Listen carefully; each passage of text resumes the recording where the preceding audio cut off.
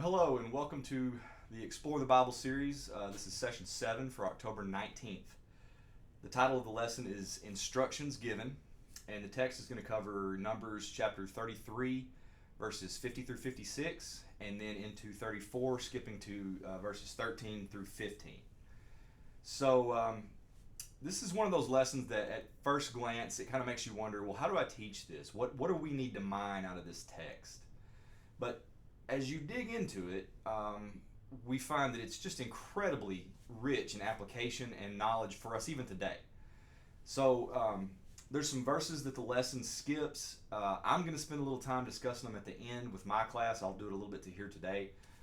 So I hope maybe there's something that you can find to bring to your classes. So with that said, here we go. I like to start with getting into the context and kind of the setting and back up a little bit and talk about what got us here.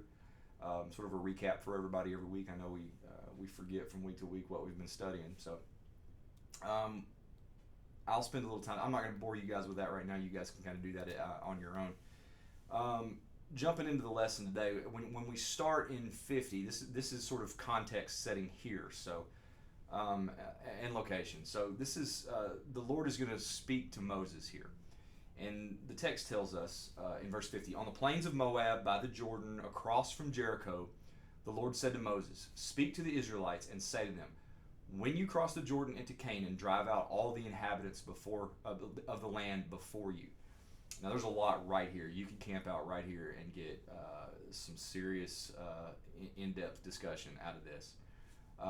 But for starters, let's just talk about what God tells Moses. He says they're on the plains of Moab by the Jordan River across from the city of Jericho. We know, of course, that when they go in, that's Joshua. We all know the story of the walls of Jericho. So that's where they go in and attack. It's their attack point. Where they are in our story is located in modern day Jordan. So at this point, Moses is not long for this world. He is 120 years old, and his race is just about run. The Israelites are going to remain camped here until after his death, but they're ready to cross over when Joshua takes over, when he takes charge. So the book of Numbers so far has chronicled the wilderness wanderings. It's been 38 years of preparation. The Israelites are prepared for the conquest of Canaan, the conquest of the promised land. Why do we call it the promised land? It was the land promised to Abraham and his descendants. So they're on the verge of realizing what they, as a nation, have dreamed of since they first became a nation, since they first became a people group anyway. So here we are on kind of the eve of their conquest, and God is going to give them final instructions. He's getting them. They've been in the wilderness. They've wandered. And here we are. This is D-Day -1. So they're getting ready to go. He has given them final instructions before they cross the Jordan River. I want to take a minute with our class, and I want to talk about the fact that Moses, we are coming off of Moses just with a massive failure. Striking the rock, we all remember that story. He failed that test with God. He is what some would call disgraced at this point. He is actually going to be barred from entering the Holy Land. But God, and that's one of the best things you can read in the Bible, but God, even after this failure and his exclusion from the Holy Land, is still communicating to the people through Moses. Moses is at 120 years old. He is continuing to do what God requires of him right up until his dying day. Your age is no excuse, and that's easy for me to say, I know, but there it is. So moving ahead, we've kind of set the stage, and now God's going to give these final instructions. He's going to give the instructions for the conquest and what we're going to call the purification of the land, and we're going to find this in Numbers 33 verses 52 and 53. The first thing he says is this: drive out all the inhabitants of the land before you. There's a lot right there. Drive out all the inhabitants of the land before them. They are at a point now that they were told about way back when Moses was on Mount Sinai, back in Exodus. I'm going to back up and I'm going to read out of Exodus 34, starting in verse 11. This is what God tells Moses, he says, obey what I command you today. I will drive out before you. Keep in mind, God says, I will drive out before you the Amorites, Canaanites, Hittites, Perizzites, Hivites, and Jebusites. Be careful not to make a treaty with those who live in the land where you're going, or they will be a snare among you. Break down their altars, smash their sacred stones, cut down their Asherah poles. Do not worship any other god, for the Lord, whose name is jealous, is a jealous God. Be careful not to make a treaty with those who live in the land, for when they prostitute themselves to their gods and sacrifice to them, they will invite you, and you will eat their sacrifices. And when you choose some of their daughters as wives for your sons, and those daughters prostitute themselves to their gods, they will lead your sons to do the same. So more on that later. So God is going to drive out the inhabitants, according to Exodus. But in our text, he tells the Israelites, drive out all the inhabitants of the land before you. So here's kind of my first question that we'll sort of jump off and discuss a little bit. Is God going to drive out the inhabitants, or are the Israelites supposed to do it? Well, the answer is yes. With God, the battle is won, the war is won. It is done. But the Israelites have a hand in it as well. They've got skin in the game. They are to be God's judgment on these heathen idolaters. They have to put in the work to secure their land. And I think that's an interesting concept that kind of gets overlooked some. They have faith that God is going to give the land over to them, but they've still got to strap on the sword. I think you could probably spend a little time jumping into James over that, and maybe something about faith and works. You know, it's about faith, but it's about what we do after that. So the command to destroy idolatry comes next in 32, the second half of 52. God tells the people, or God tells Moses to tell the people, destroy all their carved images and their cast idols, and demolish all their high places.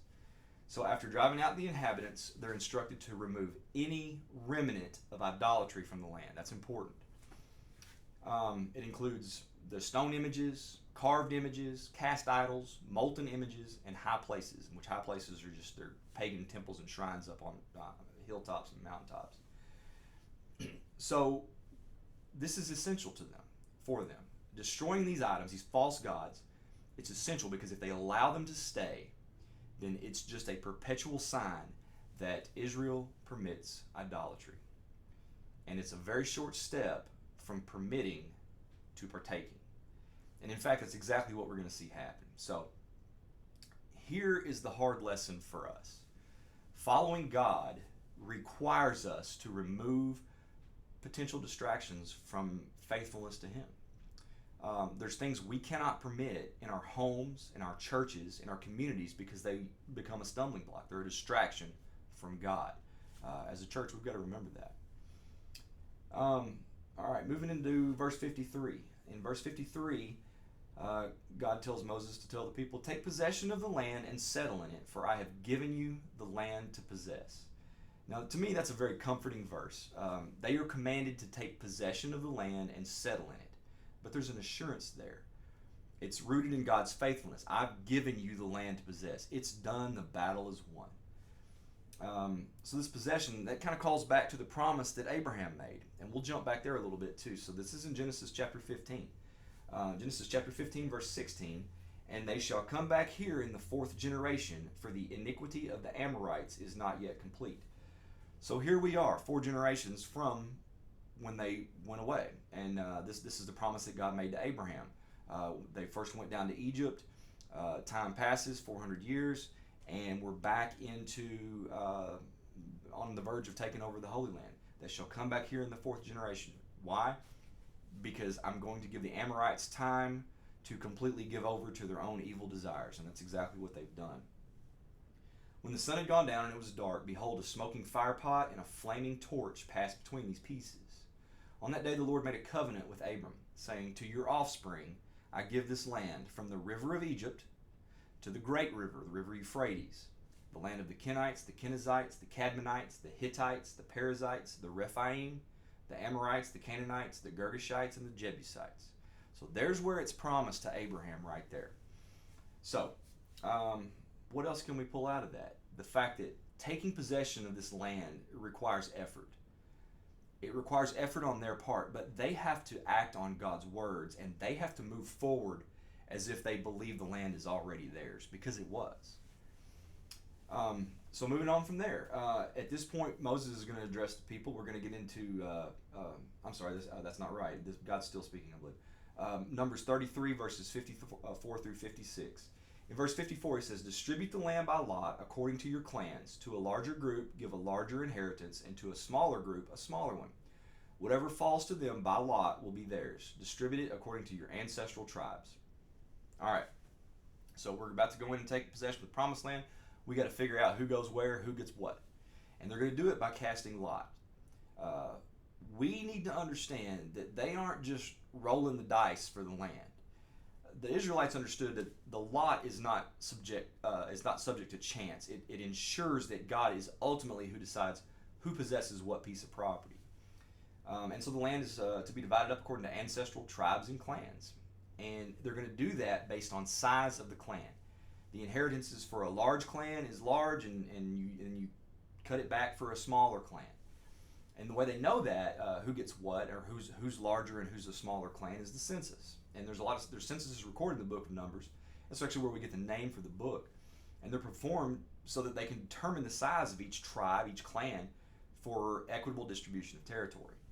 So 11 tribes are going to receive parcels of land. And in the tribe of Levi, who are the priestly tribe, they're going to receive 48 cities scattered throughout, okay? And then comes verse 55 and 56. "But if you do not drive out the inhabitants of the land, those you allow to remain will become barbs in your eyes and thorns in your sides. They will give you trouble in the land where you will live. And then I will do to you what I plan to do to them." So God has given very specific instructions. You better follow them. And if you don't, I'm going to do to you what I plan to do to them. So the lesson here is this: failing to follow God's instructions carries consequences. If they don't drive out the inhabitants, those that remain are going to become barbs for their eyes, thorns for their sides. This little remnant, whoever they leave, is going to inflict unending, debilitating suffering. They're going to harass the Israelites. And the book of Judges is going to record that the Canaanites eventually conquered the Israelites spiritually. They conquered them spiritually because they failed to obey this command right here. And then the ultimate judgment. In verse 56, God says, "What I had planned to do to them, I will do to you." So you see, if the Israelites adopt the same idolatry as the usurpers who are currently there, God is going to exile them from the land. Well, they did, and he did. That's exactly what happened centuries later when the Assyrians come in and the Babylonians, and they're all carried off into captivity.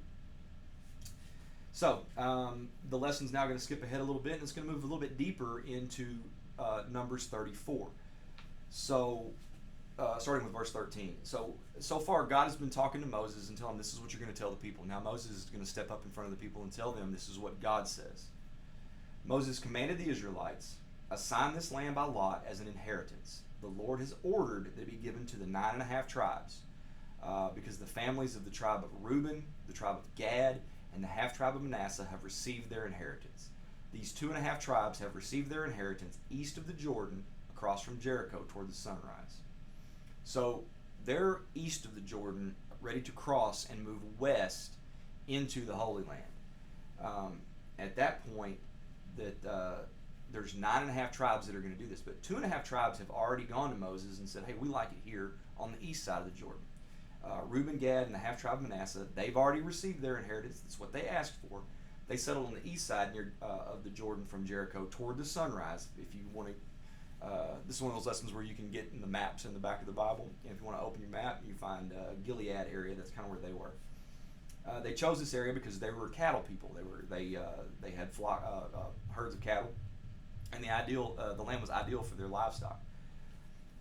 So if I'm Moses and they tell me this is where I want to stay, or if I'm the other Israelites and they tell me this is where they want to stay, I'm going to say, wait a minute, you're not going with us?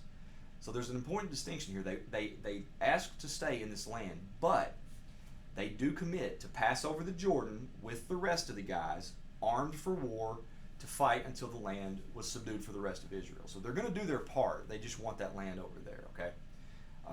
Now, here's a note of warning for that. Later on, these 2.5 tribes, they're the first to fall when the Assyrians show up. Because they're by themselves over on the east side of the Jordan, out of God's holy land.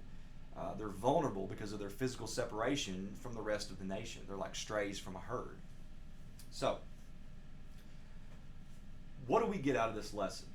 Well, I think there's some warnings here for believers today. The first thing we have to note, though, is this. God's presence, because they're talking about going into the promised land. Well, God's presence is key to any promised land, whether we're talking about for Israel, whether we're talking about in our own hearts, whether we're talking about in heaven, millennial kingdom. God's presence is key. Later on, when Daniel has a vision of God leaving the temple, and I think it's Ezekiel that has a vision of him actually coming with his people into Babylon. So the physical location was not what was critical. It was God's presence. God was with his people. And that's what's important, is God's presence with us. That's what it's all about. So the primary lesson here is to trust God, follow instructions precisely and completely. Every day we're involved in our own struggles. We're in our own wilderness. We're engaged in our own warfare.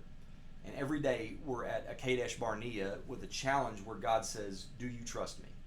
That's where the Israelites find themselves, and that's where we find ourselves every day. So as a Christian, our assignment, our spiritual assignment, is to drive out the idols, the desires in our hearts that pollute our lives. Just like God told the Israelites, drive the inhabitants out and get rid of all the junk. So that's kind of the lesson in a nutshell. So as I said earlier, I'm going to throw a little bonus material for you that was kind of skipped in the lesson, but I think given the current state of affairs in the world, I think it's well worth a look, and it may generate some discussion in your classes. We're going to go back to Genesis 15 a little bit. So when we're talking about the promised land, the debate today is, well, do the Israelites really have a right to that land? Are the Jews today? Is that their land? What does all this mean? And you see arguments all over the place. So what I'm going to do is just throw out some scripture and let it speak for itself. So in the Bible, the largest scope of the promised land is defined when God makes his covenant with Abraham. That's recorded in Genesis 15. He says, I'm going to read it again. He says, they shall come back here in the 4th generation, for the iniquity of the Amorites is not yet complete. When the sun had gone down and it was dark, behold, a smoking firepot and a flaming torch passed between these pieces. On that day the Lord made a covenant with Abram, saying, to your offspring I give this land from the river of Egypt to the great river, the river Euphrates, the land of the Kenites, the Kenizzites, the Cabanites, the Hittites, the Perizzites, the Rephaim, the Amorites, the Canaanites, the Girgashites, and the Jebusites. So there's a boundary definition there. Abraham is promised land extending between the river of Egypt, some say the Wadi of Egypt, I think that's debatable, all the way to the Euphrates. That's going to encompass Jordan, parts of Iraq, parts of Saudi Arabia. It's a massive chunk of territory. It's a lot bigger than what we're reading about being allocated to Moses. The full extent of the land was never actually possessed by Israel. So God has made this promise for this huge parcel of land to Abraham, and they've never possessed it. That's going to come at some point, I believe, and I think we all believe. Maybe it's in a millennial period that Ezekiel describes. Not important at this point. But moving forward, before the conquest, God gave Moses some specific boundaries of the land. In Numbers 34, the land of Canaan that would be divided among the tribes. I'm not going to read it. It's in verses 1 through 12. You can kind of read it for yourselves. But read it and compare the dimensions of what Moses was told versus what Abraham was told. And you'll see it's two very different pieces of land. And it's going to be divided among these 9.5 tribes. But this territory is laid out by God, and when he gives these instructions to Moses, he's given detailed southern, western, northern, and eastern borders. But it is significantly smaller than what's promised to Abraham. So the largest that Israel has ever been, its largest historical size, geographical size, was under the reigns of David and Solomon. For a short period, they had land that went from the Euphrates to the Gaza Strip and from Dan to Beersheba. Under Solomon, they grabbed Moab, Ammon, and Aram. Again, you can check your maps out in the back of the Bible, see kind of what I'm talking about there. But that was as large as the nation of Israel ever became. Today, where we see Israel, it's even smaller than the territory that God instructed Moses to allocate to the 12 tribes. So when the subject of disputed territory in Israel comes up, the question is who really belongs there. You only have to keep one thing in mind. Either God is going to fulfill his promise to Abraham or he won't. Now, I'm going to put my faith in the fact that God always fulfills his promises. Do with that information what you will. I think that's one that maybe could generate some really interesting discussion in your class.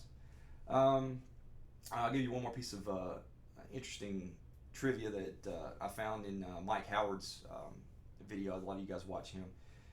Talking about the modern allocation of Israel. In 1948, the UN gave Israel a very specific chunk of land. Okay, it has a very unique, again, very smaller than what was promised to Moses, but it has a unique feature. And I didn't know this. 93% of the land in Israel is nationally owned by the Israel Land Authority, and this land cannot be sold. It can only be leased. That reflects their ancient scriptural principle that God gave them, that land ultimately belongs to God. I thought that was very interesting. One other thing, there's certain areas in Israel. I mean, we know what a hotbed of political and political activity and just violent neighbors that they have to deal with. There's certain areas, the Golan Heights, the West Bank, and Gaza, who we read about in the newspaper every day. These are the same disputed territories that the Israelites, in the time of the judges, failed to take possession of. They didn't do what God instructed them, and they're still having problems because of that today. That's fascinating to me. So, well, that's all I've got for you today. I really appreciate you tuning in, and I hope you picked up something that maybe you can use in your own lesson. And as always, let's remember to pray for our church, our community, our nation, and a lost world. So thank you, and God bless you.